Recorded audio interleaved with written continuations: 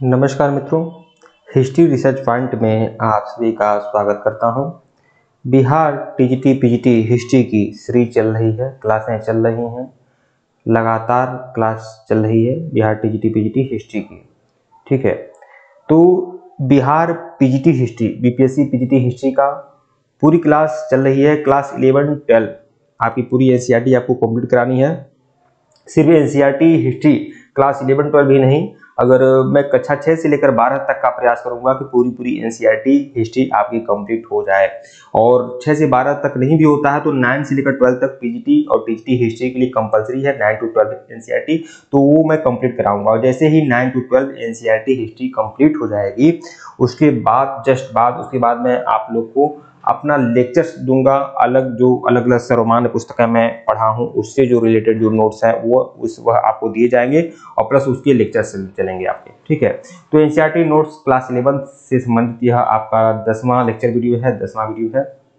ठीक है, बहुत जल्दी देखेंगे, समय भी कम है, तो यह 10वां लेक्चर वीडियो है। अगर इसके पहले का वीडियो नहीं देखे हैं तो प्लेलिस्ट में जाइएगा, एनसीईआरटी हिस्ट्री लेक्चर्स के नाम से playlist BPSC BPSC EMRS TGT PGT history NCERT के नाम से प्लेलिस्ट बनी हुई है। प्लेलिस्ट में जाइएगा और सही वीडियो को देखिएगा। टेलीग्राम बिल्कुल ज्वाइन करेगा। और जिनको भी बीपीएससी टीजीटी पीजीटी हिस्ट्री की तैयारी करनी है, विशेष रूप से पीजीटी की बात करूंगा, तैयारी करनी है, वो लोग हमारे ऑफिशियल व्हाट्सएप नंबर पर मैसेज कर सकते हैं। ऑफिशियल व्हाट्सएप नंबर डिस्क्रिप्शन में भी दर्ज है, ऊपर भी शो हो रहा है। ठीक है, ये हमारा ऑफिशियल व्हाट्सएप नंबर है, मैसेज कर सकते हैं। केवल 799 रुपये में, केवल 799 रुपये में कंप्लीट तैयारी कराई जाएगी। बीपीएससी ईएमआरएस का टीजीटी पीजीटी हिस्ट्री का कंप्लीट तैयारी कराई जाएगी। पूरा का पूरा नोट्स आपको मिलेगा, हैंड रिटेन नोट्स आप दे सकते हैं, सारे के सारे hand written notes, computerize notes, lectures video और प्लस उस लेक्चर वीडियो की पीडीएफ, सब कुछ आपको मिलेगा, सब कुछ उपलब्ध मिलेगा। ठीक है, तो यह 10वां लेक्चर वीडियो है और चैप्टर का नाम है 3 वर्ग। देख लेंगे 3 वर्ग। दरअसल ये जो 3 वर्ग, ये जो चैप्टर है ना, यह आपका यूरोप में जो शासन व्यवस्था था उससे संबंधित है। यूरोप में जो शासन व्यवस्था था उससे संबंधित 3 वर्ग है, मतलब सम्राट, अभिजात वर्ग और सेना, यह 3 वर्ग था। ठीक है, उससे संबंधित यह चैप्टर है आपका, और बहुत ही बढ़िया बेहतरीन ढंग से दे सकते हैं। ये सारा नोट्स आपको मिल जाएगा और यहाँ से यह पूरी एनसीईआरटी आपको कंप्लीट मिलेगी। आपको बहुत ही अच्छे तरीके से तैयारी होगी आपकी। तो केवल 799 रुपये का बैच है, आप लोग ले सकते हैं। व्हाट्सएप पर मैसेज कर सकते हैं। BPSC TGT PGT history complete तैयारी आप लोग को मिलेगी, सारे नोट्स आपको मिल जाएंगे। यूरोप में फ्रांसीसी समाज मुख्यतः 3 वर्गों में विभाजित था। यूरोप में जो फ्रांसीसी समाज था वह 3 वर्गों में विभाजित था, इसीलिए इसे 3 वर्ग, इस चैप्टर का नाम ही हो गया 3 वर्ग। ठीक है, अच्छा, पहला वर्ग कौन था? पहला वर्ग था पादरी। दूसरा वर्ग क्या था? अभिजात वर्ग, मतलब कुलीन वर्ग, संभ्रांत वर्ग।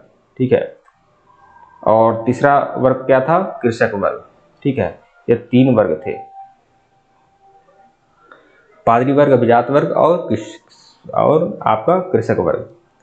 ठीक है, ईसाई समाज, देखिए पादरी जो वर्ग था क्या काम करता है। देखिए मैं प्रयास करूंगा कि मैं थोड़ा स्पीड मेरी जल्दी रहे। ठीक है, क्योंकि बहुत 1 माह का समय है, ओनली 1 मंथ।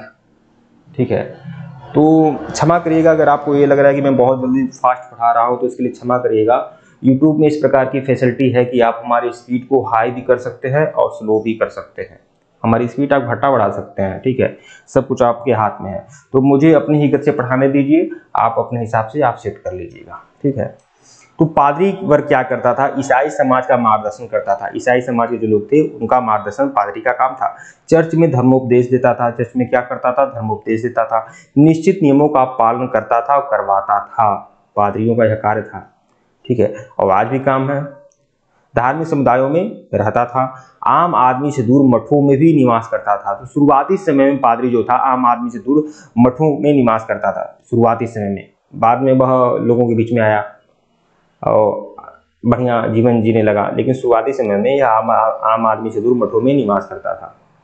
तो यह पादरी वर्ग का विशेषता है। अभिजात वर्ग जो थे, अभिजात वर्ग मतलब कुलीन वर्ग। ठीक है, दबंग लोग, ठीक है, पावरफुल लोग। अभिजात वर्ग जो था इसका काम क्या था, इसकी विशेषता क्या थी और क्या क्या इसके पास अधिकार थे? तो सैन्य क्षमता से भरपूर था अभिजात वर्ग।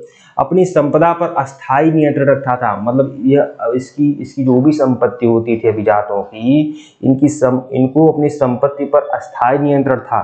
ठीक है, हमेशा के लिए इनकी संपत्ति इनकी होती थी, अस्थायी नियंत्रण था। न्यायालय लगाने का अधिकार था, यह न्याय करते थे, न्यायालय लगाते थे, अपनी कोर्ट कचहरी बैठाते थे। ठीक है, तो यह अभिजात वर्ग था। अच्छा, अभिजातों में से ही एक नया वर्ग आया था, नाइट। यह अभिजातों में नहीं आया था, यह नाइट बहुत ही छोटा वर्ग होता था, लेकिन धीरे धीरे यह अभिजातों की कैटेगरी में आ गया था नाइट।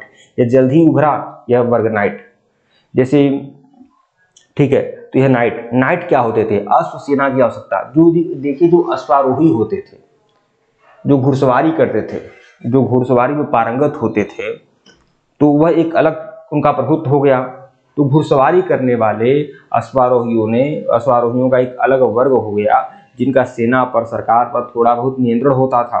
ठीक है, यह क्या कहलाए? यह नाइट कहलाए। अरे आप फ्रांस का इतिहास पढ़ेंगे तो आपको यह पता चलेगा कि उस समय ये जो अश्वारोही थे, छोटे लोग थे, बहुत छोटे लोग थे। अभिजातों की बराबरी ये लोग नहीं कर सकते, बहुत छोटे लोग थे। लेकिन नाइटों का प्रभुत्व, नाइटों का पराभव इतना ज्यादा बढ़ गया कि उस समय बड़े से बड़े कुलीन लोग, बड़े से बड़े अभिजात वर्ग भी अपने आप को नाइट कहलवाना पसंद करते थे। समझ सकते हैं इनका क्या प्रभाव रहा होगा। तो नाइट क्या होते थे? अश्वसेना की आवश्यकता के कारण इस वर्ग का उदय हुआ। ठीक है, नाइट वर्ग का। अब जो तीसरा वर्ग है, कृषक वर्ग, इसके बारे में आपको बता दूं। कृषक वर्ग जो था, यह दो प्रकार के होते थे, मतलब दो प्रकार के कृषक वर्ग होते थे। एक स्वतंत्र किसान, मतलब एक ऐसा किसान जो पूरी तरह से स्वतंत्र है, किसी का नौकर नहीं है। ठीक है, नौकर तो है लेकिन वह पूरी तरह से स्वतंत्र है, मतलब उसको जंजीर में बांधकर काम नहीं कराया जा सकता है, वह एक स्वतंत्र किसान है। लेकिन अपनी भूमि पर लाड़ के काश्तकार के रूप में काम करता था। मतलब स्वतंत्र किसान जो होता था, उसकी भूमि जरूर होती थी, ठीक है, लेकिन वह क्या करता था? लाड़ के काश्तकार के रूप में काम करता था। जो बड़े बड़े जमींदार होते थे, मतलब यही अभिजात वर्ग जो लोग होते थे, उनके काश्तकार के रूप में काम करता था, उनके खेतों में काम करता था, कुछ उनको देता था, कुछ अपने लेता था। ठीक है, तो लाड़ के काश्तकार के रूप में स्वतंत्र किसान काम करता था। कृषि दास या सर्फ।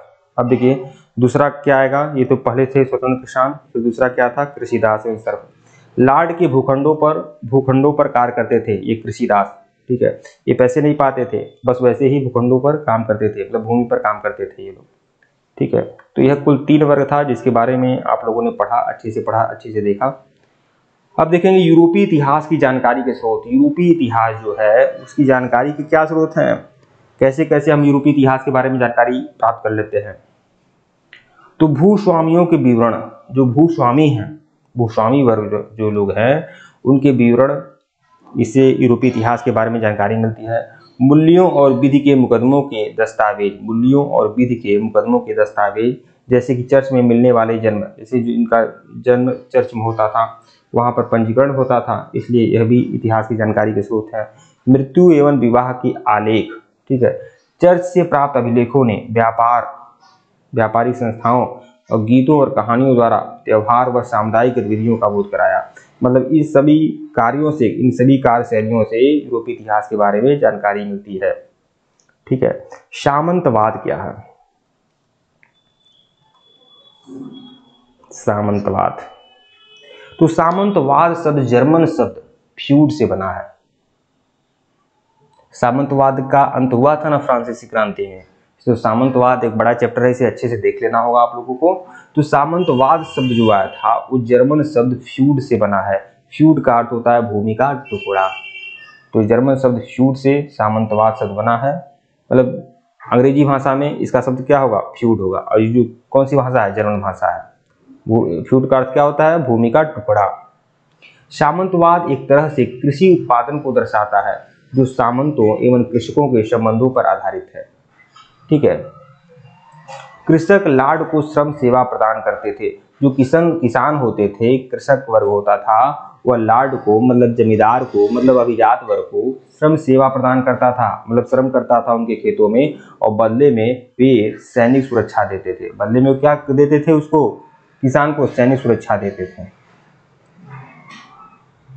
सामंतवाद पर सर्वप्रथम काम करने वाले फ्रांसीसी विद्वान मार्क ब्लाक ने सामंतवाद पर बहुत ही ज्यादा शोध किया। ठीक है, तो सामंतवाद पर सर्वप्रथम काम करने वाले फ्रांसीसी विद्वान मार्क ब्लाक के द्वारा भूगोल के महत्व पर आधारित मानव इतिहास को गढ़ने पर जोर, जिससे कि लोगों के व्यवहार और रूख को समझा जा सके। तो इन्होंने सामंतवाद पर बहुत ही गहरी छाप छोड़ी थी मार्क ब्लॉक ने। ठीक है, अब हम इन तीनों वर्गों के बारे में तो हम लोग अच्छे से देख चुके थे, लेकिन और अच्छे से देखेंगे। पहला वर्ग जो है पादरी वर्ग है, इसके बारे में देखेंगे। पादरियों व बिशपों के द्वारा ईसाई समाज का मार्गदर्शन। तो ईसाई समाज का मार्गदर्शन कैसे हुआ, किसने किया था? तो पादरी वर्ग ने किया। किस तरह से किया वो आपको बताऊं।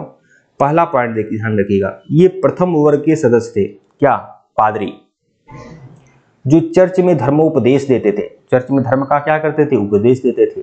अत्यधिक धार्मिक व्यक्ति जो चर्च के बाहर धार्मिक समुदाय में रहते थे भिक्षु कहलाते थे। मतलब जो चर्च के अंदर रहते थे वो पादरी कहलाते थे, और जो चर्च के बाहर धर्म का उपदेश देते थे वह क्या कहलाते थे? भिक्षु कहलाते थे।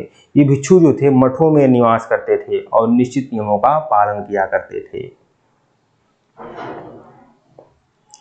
इनके पास राजा द्वारा दी गई भूमि थी। किसके पास? पादरियों के पास। इनके पास राजा द्वारा दी गई भूमि थी जिससे वे कर प्राप्त करते थे, और इस भूमि को क्या करते थे?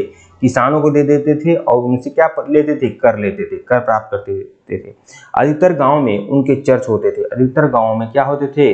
इनके चर्च होते थे, पादरियों के। ठीक है, जहां भी प्रत्येक रविवार को लोग पादरी का धर्मोपदेश सुनने और सामूहिक प्रार्थना करने के लिए इकट्ठा होते थे। तो हर रविवार को लोग इकट्ठा होते थे पादरियों का धर्मोपदेश सुनने के लिए और सामूहिक प्रार्थना के लिए। ठीक है, पादरी या बिशप की विशेषताएं। अच्छा, पादरियों में दो वर्ग होता है, एक पादरी होते हैं, बिशप होता है। ठीक है, और इनकी विशेषताएं क्या हैं? इनके पास राजा द्वारा दी गई भूमि थी। पादरियों के पास क्या होता था? राजा के द्वारा दी गई भूमि थी जिससे वे कर प्राप्त कर सकते थे। रविवार के दिन ये गांव में धर्मोपदेश देते थे और सामूहिक प्रार्थना करते थे। ठीक है, ये फ्रांसीसी समाज के प्रथम वर्ग में शामिल थे। ये पहले वर्ग थे, द्वितीय वर्ग अभिजात वर्ग है और तृतीय वर्ग क्या है? कृषक वर्ग। तो प्रथम वर्ग में शामिल थे, उन्हें विशेषाधिकार प्राप्त था। तो प्रथम वर्ग को हमेशा विशेषाधिकार प्राप्त था। अब देखिए, दो करों की बात के बारे में बात करूंगा। फ्रांसीसी व्यवस्था में दो प्रकार के कर होते थे। एक था टीथ नाम का कर था, और एक कर था टैले। ये दो प्रकार के कर थे। जो टीथ नाम का कर था ये कौन लगाता था? ये पादरी लगाते थे आम जनता पर, और ये पादरी वसूल करते थे टीथ। ये टैले नाम का जो कर था यह राज्य लगाता था। तो टीथ नामक कर की बात करेंगे तो टीथ नामक धार्मिक कर भी यह वसूलते थे। कौन? पादरी। जो पुरुष पादरी बनते थे, जो पुरुष पादरी बनते थे वे शादी नहीं कर सकते थे। अब तो पादरी शादी भी कर रहे हैं, लेकिन पहले विवाह नहीं कर सकते थे। जो पुरुष पादरी बनते थे वे शादी नहीं कर सकते थे।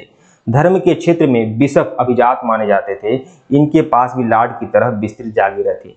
जो बिशप थे, जो एक और अलग तरह के धर्मगुरु थे, यह अभिजात माने जाते थे, और उनके पास लार्ड की तरह, मतलब जमींदारों की तरह, अभिजात वर्गों की तरह विस्तृत जागीरें थे। इनके पास भी जागीर हुआ करते थे।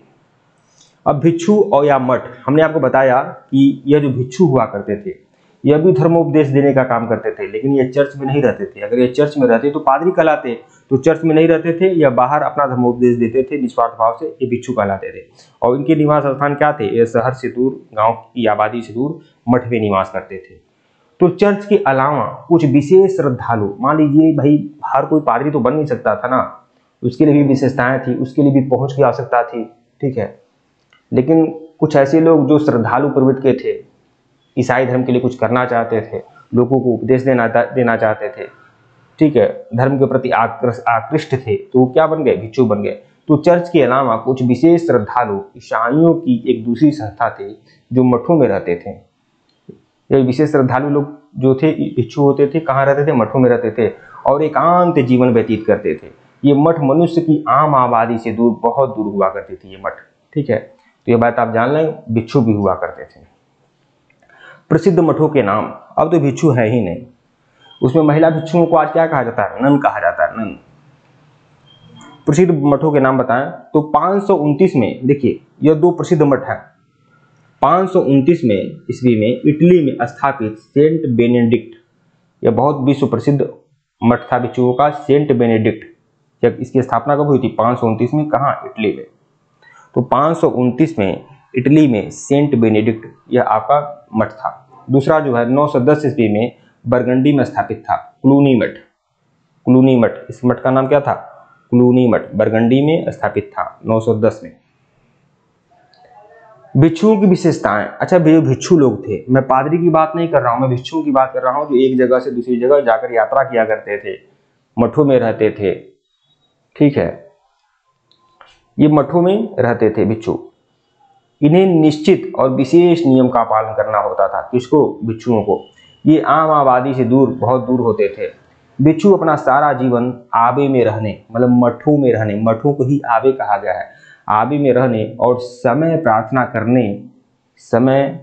करने, अध्ययन करने और कृषि जैसी शारीरिक श्रम में लगाने का व्रत लेता था। मतलब भिक्षु भी कृषि कार्य करता था। ठीक है, बैठ कर नहीं खाता था, जो भी कृषि कार्य करता था और कृषि जैसा शारीरिक श्रम करके श्रम लगाने का भी व्रत लेता था। भिक्षु की जिंदगी पुरुष और स्त्री दोनों अपना सकते थे। मैं आपको बताऊं कि पादरी जो था उसमें सिर्फ पुरुष वर्ग था, महिला पादरी नहीं बन सकती है। अरे इस्लाम में महिला काजी भी नहीं बन सकती है, इमाम भी नहीं बन सकती है। ठीक है, और ऐसे ही जो ईसाइयों में केवल महिलाएं जो थी पादरी नहीं बन सकती थी, लेकिन भिक्षु बन सकती थी। तो पुरुष और स्त्री दोनों ही भिक्षु का जीवन अपना सकते थे। ऐसे पुरुषों को मोंग, देखिए पुरुषों को क्या कहा जाता था? मोंग कहा जाता था भिक्षु को, और महिला भिक्षु जो होती थी नन कहलाती थी। ठीक है, वे एक स्थान से दूसरे स्थान पर घूम घूम कर लोगों का उपदेश देते थे और दान से अपना जीविका चलाते थे, और वो समय पड़ने पर वो कृषि कार्य भी करते थे। फ्रांसीसी समाज में मठों का योगदान। फ्रांसीसी समाज में जो मठ है जिसमें भिक्षु लोग रहा करते थे, उसका क्या योगदान है? फ्रांसीसी समाज में पूछ रहा है। मठों की संख्या सैकड़ों में बढ़ने से ये एक समुदाय बन गए। अब धीरे धीरे अगर किसी समाज में किसी विशेष वर्ग की संख्या बढ़ेगी तो समुदाय तो बनेगा ही, जिससे बड़ी इमारतें, भू जागीरों के साथ साथ स्कूल या कॉलेज और अस्पताल बनाए गए। मतलब उसी मठ में, जब मठ में धन आने लगा, मठ में लोग आने लगे, जाने लगे, मठवासियों की संख्या बढ़ने लगी, भिक्षुओं की संख्या बढ़ने लगी, नन बढ़ने लगी, तो लोगों ने वहाँ दान देना शुरू किया, लोगों ने कंट्रीब्यूट करना शुरू किया। तो वहाँ पर क्या है, मठों में अब बड़ी बड़ी इमारतें बनने लगी। जो छोटी छोटी इमारतें थी, बड़ी बड़ी इमारतें मठों में बनने लगी, भू जागीर मिलने लगे, कई मठों में स्कूल खोले गए, कॉलेज खोले गए, अस्पताल खोले गए। तो मठ क्या है, समृद्ध होता गया। इन समुदायों ने, किसने? मठ समुदायों ने। इन समुदायों ने कला के विकास में योगदान दिया, कला के विकास में भी योगदान दिया। ओबेस हिल्सेगार्ड एक प्रतिभाशाली संगीतज्ञ था। ओबेस हिल्सेगार्ड जो था एक प्रतिभाशाली संगीतज्ञ था। यह क्या था? यह मठ में रहता था, भिक्षु था, ओबेस हिल्सेगार्ड, जिसने चर्च की प्रार्थनाओं में सामुदायिक गायन की प्रथा के विकास में महत्वपूर्ण योगदान दिया। यह सोचने वाली बात है। अच्छा, चर्च में क्या होता था? चर्च में जो सब लोग इकट्ठा होते थे तो प्रार्थना करते थे, प्रेयर करते थे। आप भी चर्च में प्रेयर तो करते हैं ना, तो प्रेयर में सामुदायिक गायन, मतलब सब लोग मिलकर गीत गाते थे, गायन करते थे, सिंगिंग करते थे। तो यह जो सामुदायिक गायन की प्रथा है, यह शुरुआत किसने किया था चर्च में? एक संगीतज्ञ था जिसका नाम था ओबेस हिल्सेगार्ड, ओबेस हिल्डेगार्ड। और इसने ही, यह संगीतज्ञ ने ही चर्च में प्रार्थना को सामुदायिक गायन की प्रथा में विकास किया, मतलब कि सब लोग गाकर सामुदायिक प्रार्थना करेंगे।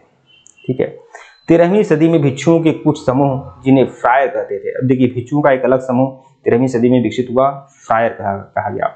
इन्होंने मठों में न रहने का निर्णय लिया। मतलब इन्होंने कहा कि नहीं नहीं, हम मठ में नहीं रहेंगे। इनका मठ से मोह भंग हो गया।